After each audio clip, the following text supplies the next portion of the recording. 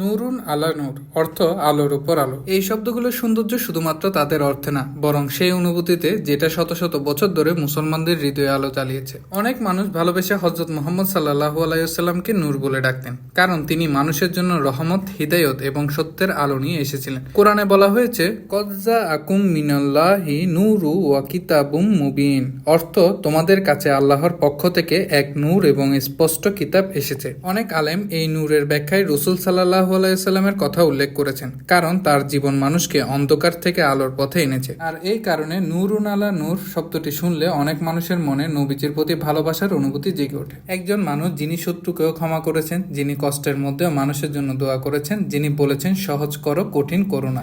এজন্য হয়তো মুসলিম শিল্পীরা শত শত বছর ধরে নবীর প্রতি ভালোবাসা প্রকাশ করেছে ক্যালিগ্রাফির মাধ্যমে। কারণ কিছু ভালোবাসা ছবি দিয়ে প্রকাশ করা যায় না, শুধু শব্দ দিয়ে অনুভব করা যায়। নূর শব্দটা খুবই ইউনিক, কারণ কোরআনে আলোকে শুধু ফিজিক্যাল লাইট হিসেবে না, বরং গাইডেন্স, মির্সি এবং ট্রুথ হিসেবে ব্যবহার করা হয়েছে। যখন হৃদয় অন্ধকারে হারিয়ে যায়, যখন মানুষ ক্লান্ত হয়ে পড়ে, তখন একটা ছোট আলো অনেক বড় আশার কারণ হতে পারে।